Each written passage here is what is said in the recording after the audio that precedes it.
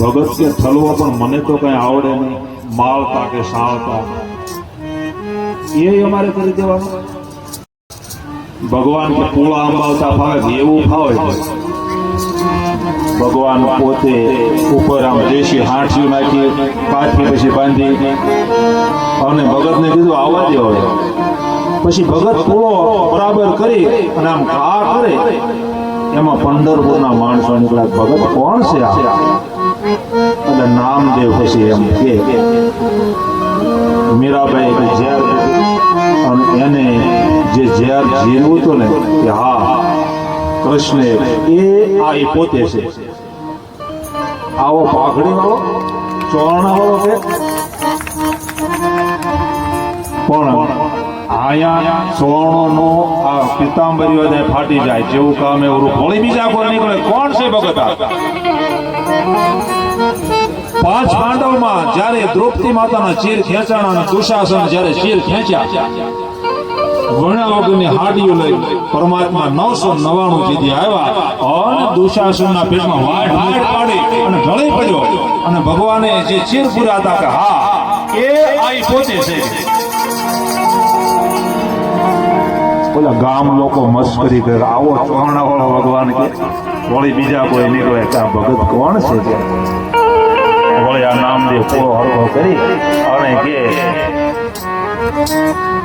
પ્રહલાદ માટે એના પિતા હરણાકંશે દુઃખ આપ્યું તો હા અને ધગધગતો દેવીએ થમ તપાયો અને કીધું તારો નારાયણમાં છે કે હા અને બધ કરી અને એમાંથી કટ કરતા પ્રગટ થયા એ અહીં છે બોલે.